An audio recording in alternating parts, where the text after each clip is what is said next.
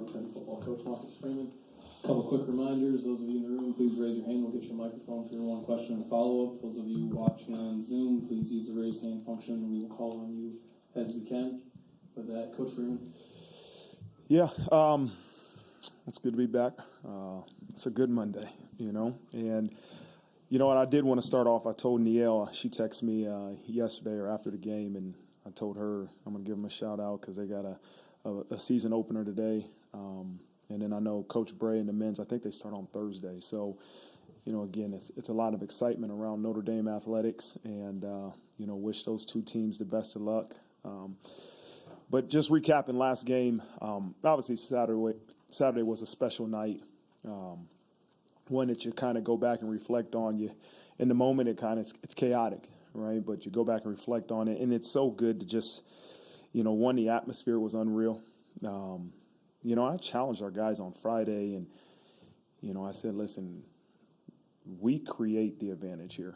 Our fans will always support us, but we make it a home field advantage by the way we play. And they did a really good job, but the fans were unreal. The students were great.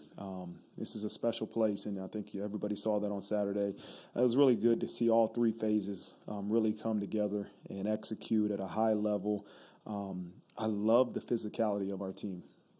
We really played probably our most physical game on all three phases on Saturday night. To see the effort they played with, the physicality they played with was really, really good to see. And it's important. That's a part of our culture. That's a part of the things that are going to make us successful is how hard we play and how physical we play. I think you see a trust and belief in what we're doing and what's going to give us a chance at this current moment to have success. And that's forever changing.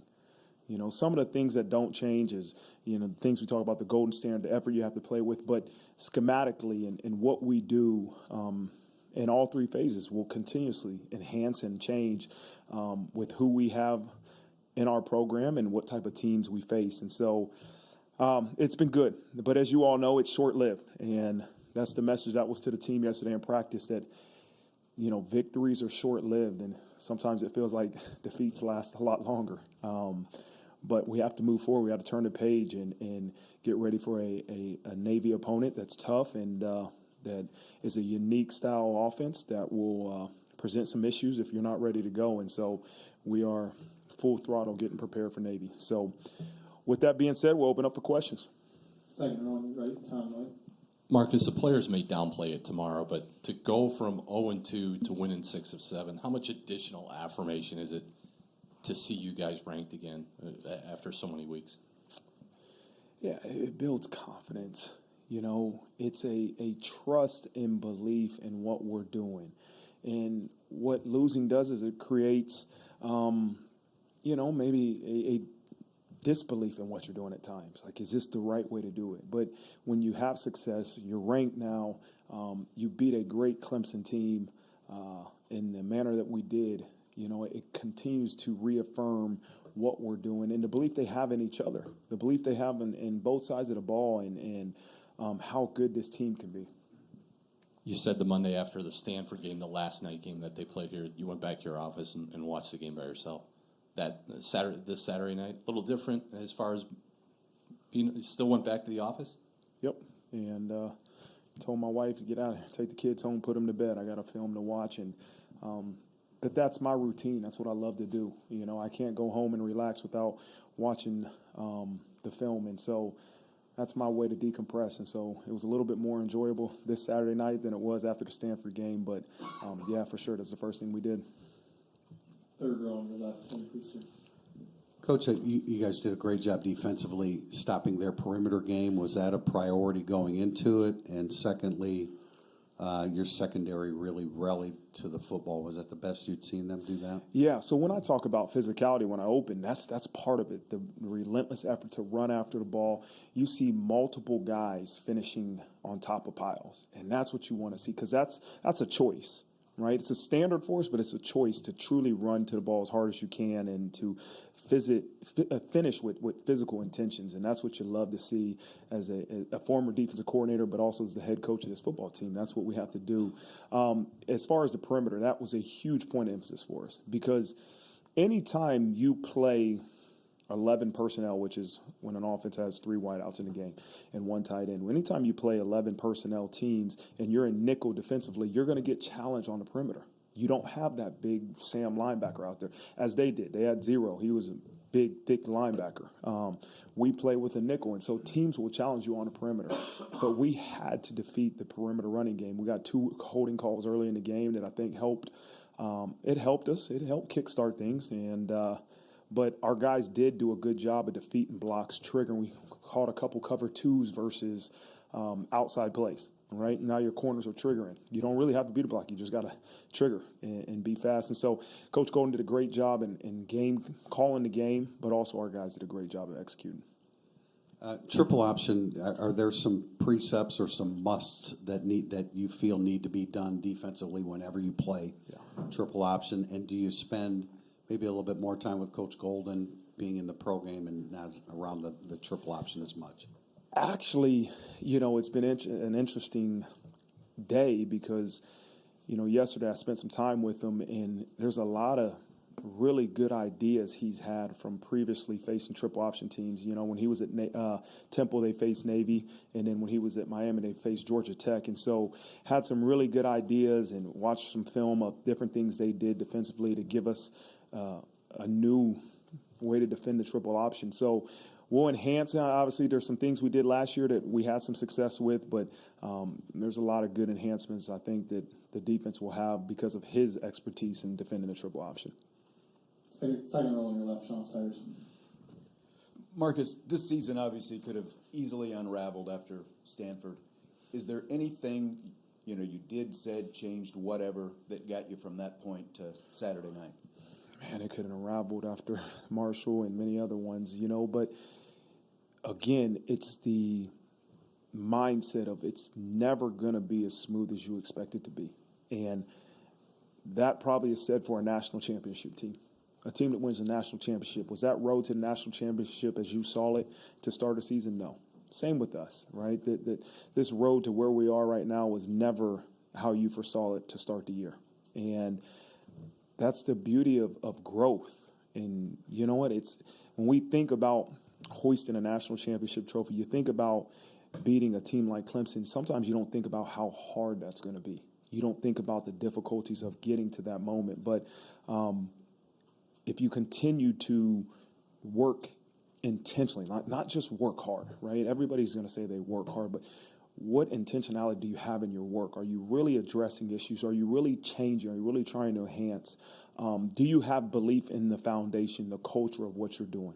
And you work tirelessly, man. You work to find a better way to do it. That's one of the mantras we have, a challenge everything. Find a better way to do it.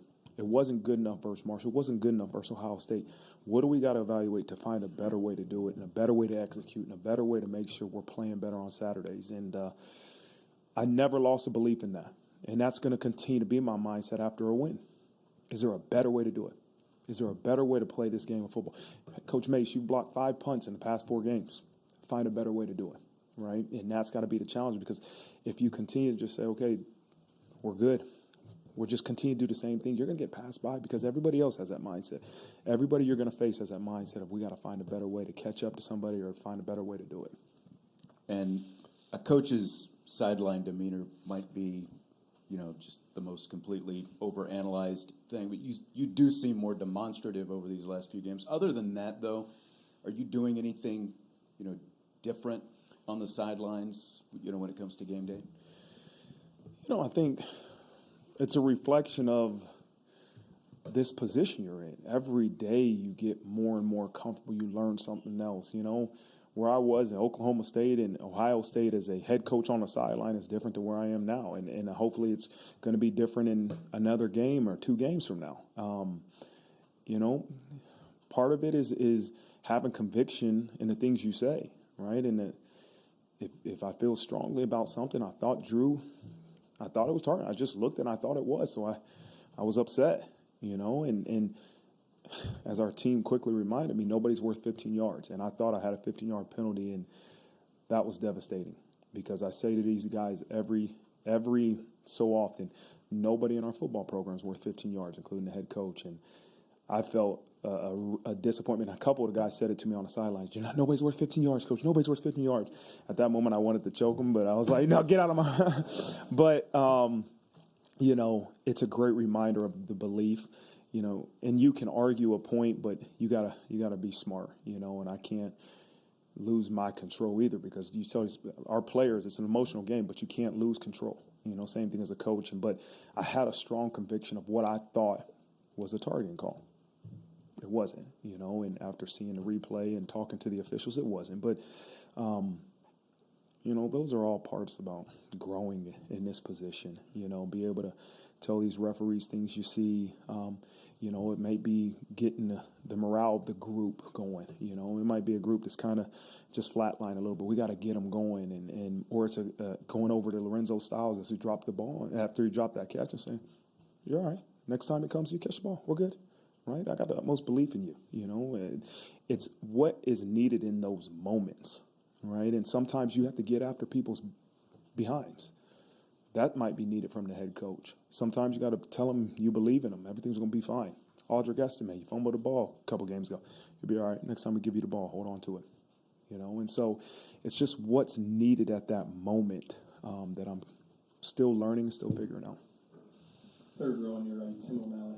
Just wondering, for preparation for Navy, did you adopt Brian Kelly's plan for having the scout team offense when you were here last year prepare for Navy before this week? Is it intermittently throughout? Is this the first time that the varsity defense sees that, or has it been a little sampling of that? No, we've done it. We did a little bit and introduced it in fall camp and did it during the bye week, which was early in the year, but we did. We actually had some practices with it in the bye week, just so we can get the things that we need to show them on film. And then this week is full throttle, but we did sample it a little bit. And when simulating that this week, do you let them cut? I mean, it's such a big part of Navy's attack. Is the cut block? Or is that just something you cannot really allow it? Well, it's changed, right? In that you can only cut at the line of scrimmage now, and with those interior linemen, and so we're not really working on that at the second and third level like you used to in the past. Every level had to work on cut blocks. No longer do you have to do that. It's those interior linemen, and we'll find ways to simulate cut blocks. I don't know if it's going to be live in reps, during the middle of scout team plays, but we have to simulate it. You can't just tell them they're going to get cut. You have to simulate it in practice somehow, some way. First row on your left, Patrick Engel. Marcus, when you look at the short yardage success the last couple of weeks compared to maybe what wasn't there early on, and I'm talking only about the ground game, what was your approach or Coach Reese's approach with that? Was it kind of like looking for new tweaks like the Mitch Evans package, or just kind of something that you thought like it would get there as the line kind of gelled like you've seen it gel? Yeah, I think each week Coach Reese and the office staff does a great job of presenting new ways for situational football. Part of that is short yardage, right? And the Mitchell Evans plan that they came up with, and Coach Reese did a great job with that. We had a plan, a different plan to use that Mitch Evans package. This week we didn't end up getting to it. But each week you have to find a new wrinkle. I challenged them this week to be simplistic, but also you can't be so bland that there's no level of confusion. So part of that, they controlled the tempo of the game at such a high level. The way Coach Reese called it, and Drew Pine stayed in the huddle, and the ability at times of stay in the huddle, break out of the huddle with a certain amount of seconds on the play clock, those things matter. Now, we might run the same play that we've ran how many different times? We might motion and shift and run the same play. But there's different ways to mask the same play, right, that it doesn't look the exact same to a defense. So I thought Coach Reese and that offensive staff did an unbelievable job at truly controlling the tempo of the game and being creative. But at the end of the day, it's still going to come back to doing what you do well. That's the other part of answering that question is, you know what, we have to do what we do. We might mask it, we might use some different ways to mask exactly what we're doing, but we got to do what we do well.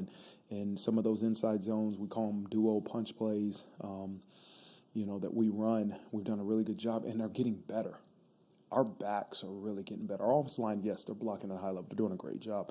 But if you really watch the way how patient our backs are and how much our backs trust that hole is going to open. I mean, there's times there's not a hole. And then at the last second, there's a small window. Those backs hit it, and they trust it. And Coach McCullough's doing a great job in getting those guys to trust their tracks, trust their reads. But that's faith in what we're doing, right? And sometimes to hit a hole that's not there is a lot of faith in what we're doing. And all of a sudden, that last second, that small gap opens up, and they hit it. That turns into a 5, 7, 12-yard gain. And so only way to do that is to continue to do the things you do really well. Right. The only way to have trust is continue to do those same type of plays and just continue to get better at them. And then you might have answered this a little bit earlier, but with Ben Morrison, I know you look at the interceptions and how important those were, but the tackling and on the perimeter that kind of snuffed out some of those quick throws they wanted to make. How evident to you early on, or maybe how much of growth was his ability as kind of an open field tackler there, the physicality in that part of the game? Yeah, part of tackling is confidence, right? And it's two things I talk to him all the time about being great. Great tacklers are confident, and great tacklers are aggressive. You know, the first tackle Ben made on 84, it wasn't a tackle. He almost got ran over by 84. And I told Coach Mickey, tell Ben, I know he's confident and he's aggressive, but you better go low on that big dude, you know. And the next opportunity he had, he went a little bit lower, probably not as low as I want him to go, you know, and he's got to understand there's weight classes to this thing. You know, if you got somebody that's outside your weight class, you better go low. But he's confident and he's aggressive, you know, and that's what makes him such a really good player. But if you want to stop the perimeter running game, you got to be able to close space. You know, and not wait. You see a lot of missed tackles or tackles that end up giving the offense a lot of yards just because the defensive guy does not close the space to the ball carrier. But that takes confidence to do that. Front row, far right, Eric Hansen. Hey, this is a semi-injury question. Kaiser didn't play a lot in that game. Wondered if he was still lingering with an injury, and then also thought I saw Brandon Joseph limping. Maybe he got caught in the mosh pit. Yeah. What's going on with those two?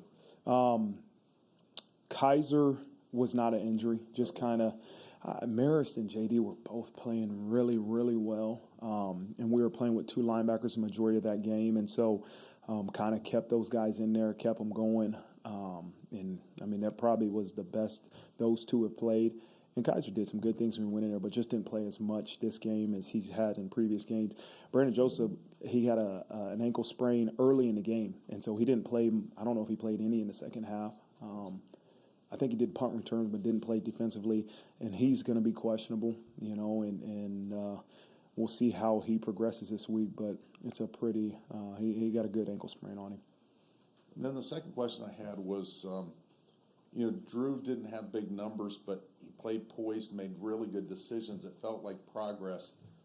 Where do you want to see the next step, the building on that? Yeah, I'm going to get to that. You made me just think I forgot to go over players of the game.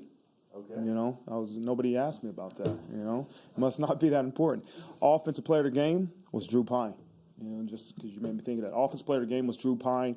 Defensive player of the game was Ben Morrison. And we had two special teams player of the game. That was Jordan Botello, who blocked the punt, and Prince Khali, who scored the touchdown. And so those were the players of the game. And as far as Drew, you know, the ability to run the offense, I think we had 0 pre-snap penalties, which is, I mean, to control, it's not easy to sit in that huddle, look at the play clock and say, okay, we're going to break at this moment, or get down there in time enough to do your motions and shifts, and the ability for him to control that offense. And then we only had 1 3-and-out, you know, offensively, which is huge. The ability to extend drives. I don't care if we end up punting, but to control the play clock, control the game clock, and extend drives was huge. And I think he had about 100 yards in terms of, you know, running, throwing the ball.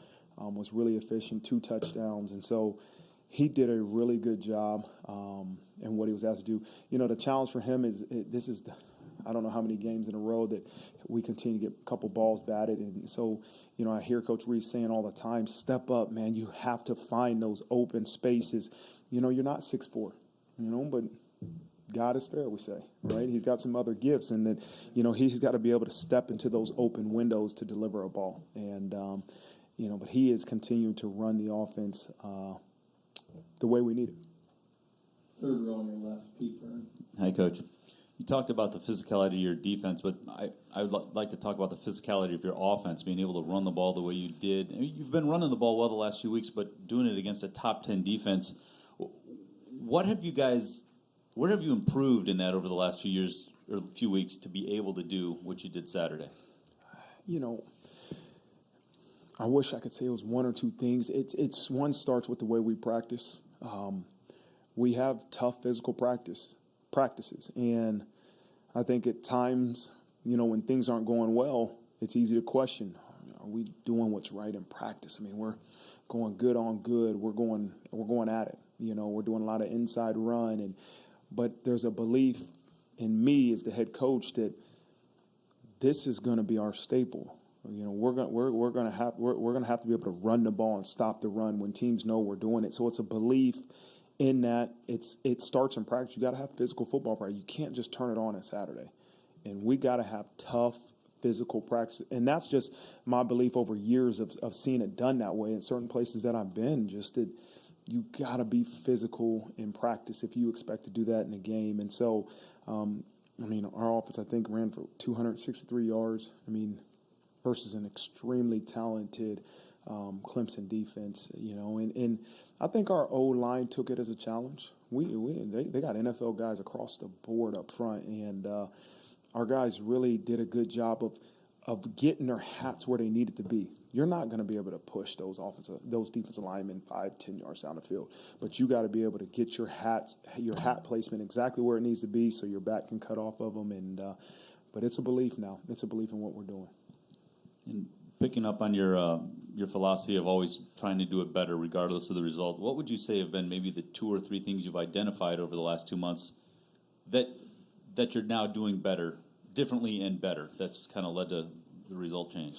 Yeah, I think defensively we're preventing the big plays, you know, and they did a good job stopping the run. I think we've done a pretty good job stopping the run all year, but every once in a while you get those big plays which ultimately lead to touchdowns, you know, and defensively, I think we're doing a much better job at preventing the big play. Offensively, just taking care of the football. 0 turnovers. You know, ability to hand the ball to the referee is so important. And then executing when, you know what, the touchdown pass to Mayer, the passes that we're deciding to throw, to execute on those times. And it's not always perfect, but that's what we got to be able to do and continue to enhance. We definitely have to get better.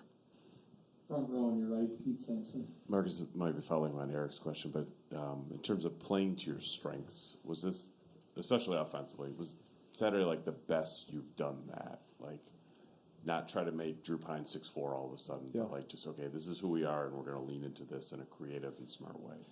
Yeah. I mean, if you would ask me before the game if I thought we could rush the ball for 263 yards versus that defense, I wouldn't 100% confident in that. Do I think we can run the ball? Yeah, we can run the ball. But 263 yards is a lot of rushing yards. And so you have to play to your strengths within the flow of the game too, right? And we were able to run the ball and then keep doing it, right? I remember on defense and being a defense coordinator, if you couldn't stop the running, you would try to throw the ball. I hope they try to throw the ball, you know, and it's the ability to play to your strengths within the flow of the game. And, yeah, we got to be able to run the ball, you know, and if you're having success that we had on Saturday, continue to run the ball, you know, and defensively, you know, we really played well. Those last 2 series, you know, it's not really on them as much as I kept saying, don't give up the big play. Listen. It's important. Both were 11-play drives, and I know it can be frustrating. I'm sure Coach Golden wanted the pressure and get after him, but I said, don't give up the big play. We're up 28 points. Don't give up the big play. And 11-play drive, you take 3-4 minutes off the clock. They end up scoring. I know nobody wants to give up a score, but continue to not give up the big play and make them earn every inch. And so that was a point of emphasis for me. Run the ball, don't give up big plays, and end up helping us have success. I know it's only been about 48 hours, I guess, but like, how much does the scene matter for recruiting? And like, does that carry over? Because like, if you come to Notre Dame, you still are here in January and February when there's not 80,000 people on the field. Yeah, it is. I I mean, it was electric. You know, you couldn't have asked for a better environment, a better ending. The crowd rushing the field for those recruits that were here, you know. And I remind our staff, recruiting's so important, right? The relationships we develop, the ability to sell this university in our football program. The most important thing was what happened on Saturday, is the ability to win, and those kids that were here to see themselves as a part of that. That's your future, is what we tell them. You're going to be a part of this, and this is just the start of something special. And when you come here, this can be what you expect, to play in these big type games. And listen, they're not going to rush the field every game, but to play in those type of games, that's why you come to Notre Dame. Second row on your left, Tyler James. Marcus, weeks removed from the losses to Marshall and Stanford, I'm curious, are those lessons learned well established with the team, or are those reasons to be concerned going into a week like this that maybe you could slip up and have another moment like that? Yeah, and this is, I knew at some point this was going to be brought up, and it's great because, you know, there's always challenges, right? And before this game, we hadn't played well in Notre Dame Stadium, you know, and there's still going to be that you know, perception of, hey, you play to your opponent. And so there's a belief that we play to a standard. We have to do it. I can say that all the time. Until we do that, there's not going to be conviction in it. And we have to play to our standard. And, you know, it's going to be a challenge to our team to, as I said, I think post-game is that we have to continue to remember those lessons you learn after losing, because there's so many more. There's so many more. And that's my job as the head coach. I told him yesterday after practice, I know you guys walk around like, man, Coach, we just won. We beat Clemson, and you're yelling and screaming. And yeah, because we want to do as a coaching staff whatever it takes to make sure our players experience that feeling every Saturday, right? Yeah, it's special when you beat a top 5 team in the country, but the feeling you get when you're victorious, I don't care who the opponent is, there's nothing like it. And so that's why we're so hard on them. That's why we every little thing matters, right? And that's why we can't let what happened previously, a win or a loss, affect the way we coach. And we have to make sure we remember those lessons, the way you feel after those losses, because those lessons that you learn, those intentionality of your work, has to be what happens after a win or a loss. It was hard to not notice the production on the sideline for the defensive signals this past weekend. What went into that, and how important was getting sort of that down and making sure everyone was on the same page for that? Yeah, I didn't know we were going to have them big old boards up there until I saw them on the sideline right before the game. And, you know, it's a little bit of gamesmanship, right? Part of it is, you know, acting like we're, you know, trying to prevent people from stealing our signals.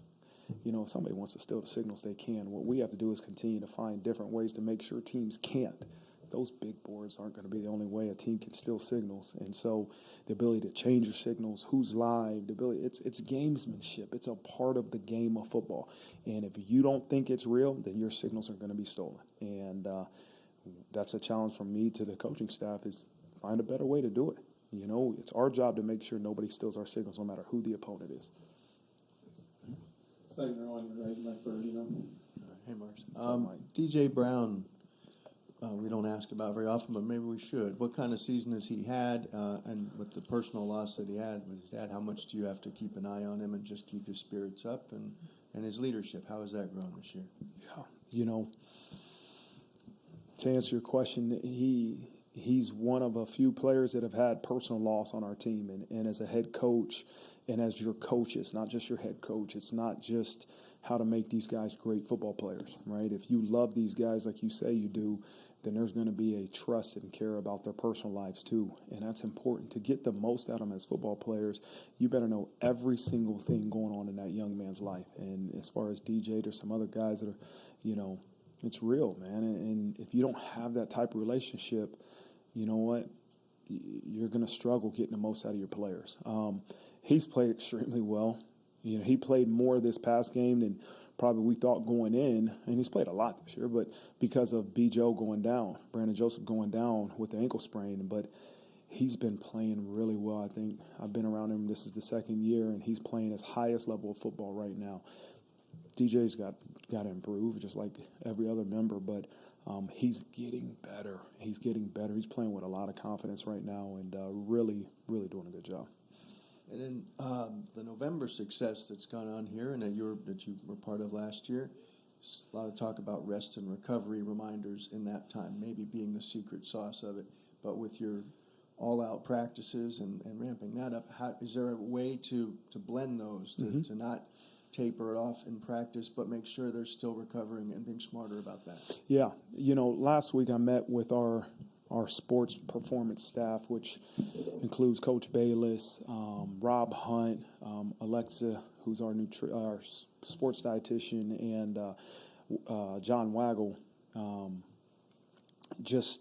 is, I don't even know his title, but I met with them to look at different ways to enhance the production from our players, right? I don't want to be so bullheaded and narrow-minded that this is what we're doing. I don't care what anybody says. No, I try to take advice and opinions from different professionals and say, okay, how do we structure this thing?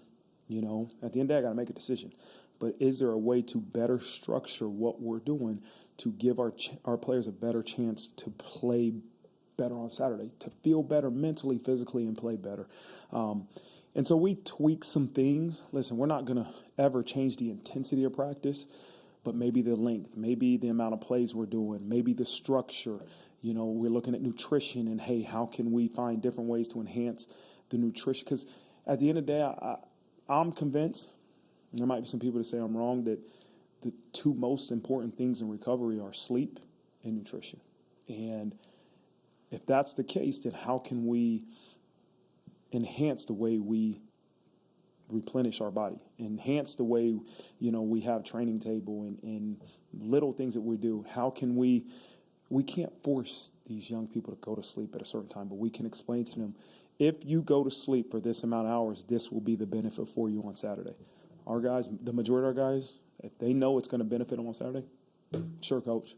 If I say go sleep outside because it's cold, it's going to help your body recover, they'll probably end up doing it, And so these guys want to do whatever it takes to make sure they're performing at the highest level on Saturdays. And so part of that is continue for me, finding different ways to, tweak and change practice schedules, meeting schedules, walkthroughs, not the intensity, that's not going to change. I said that earlier, but, every little thing that we do, and continue to get feedback from it. Final question this afternoon, front row on your left, Tyler. Marcus mentioned after the game that you didn't want to let that be the pinnacle, beating that team. Obviously, there's still more to do this season, 3 regular season games, then a bowl. And you mentioned that you're challenging everything, but I'm curious, what are some active ways that you kind of guard against that being the biggest moment of the season when there's still games left to play outside of just telling it to your team? It's your actions, and it's one thing to say, turn the page, let's move on to Navy, but it's another thing is your actions, right? Are you coaching with the same intensity that you have after a loss? Is everything you do, they're going to look, they're going to compare, hey, is he the same coach after a win that he is after a loss? You hope you're consistent in terms of your actions and reminders, right? It's constant reminders. You got to continue to put in their head how important it is to prepare for the next opponent. As I tell them all the time, man, if you want the answers to the test, it's preparation. And we have to prepare, we have to prepare, we have to prepare. The only thing they're mandated to do is the things that we see when we're around them, right? And the expectations we have when we can physically see them. But we have to continue to put in their minds when they're not around us, the preparation will give us a chance to have success and remind them how important it is to do whatever it takes to make sure we get that feeling that we have after victories. And so it's a constant evolution, a constant psychology in terms of how to convince their mind that this is so important that their actions reflect that. Obviously, there was that viral moment earlier in the season with Tommy and Drew, but I feel like that's been sort of replaced by the one that happened on the sideline this week. Just to see that kind of go from that point to what you saw on the sideline. I'm not sure if you saw it in person when it happened, but you've probably seen the video. Just to see them embrace like that with everything that's happened between those 2 points, how important was it for you as a head coach to see that with your OC and your quarterback? Yeah, those two moments, that's a real relationship. Anybody in this room, that's a real relationship. You're not always hugging each other like they were doing after on the sideline, right? You're not always, hopefully, yelling and screaming at each other they were doing, I don't know what game that was, Cal game, right? That's a real authentic relationship, and that's a reflection of two guys that trust each other, right? That you can have those type of moments, but also embrace and tell them you love them, and I'm so proud of you, and that's real, and that's what I tell our players, and I tell these recruits, that's what you'll get here at Notre Dame. You're going to get real, authentic relationships where, sometimes the greatest display of love is discipline, right? Discipline might be yelling and screaming at somebody, do your job, whatever explicit that he used, right? But the other part is telling them, I love you and I'm so dang proud of you, man, and that's what I want all our coaches to have, and that's what I want our players to have with their coaches. So, Thank you, Coach. Thanks, guys.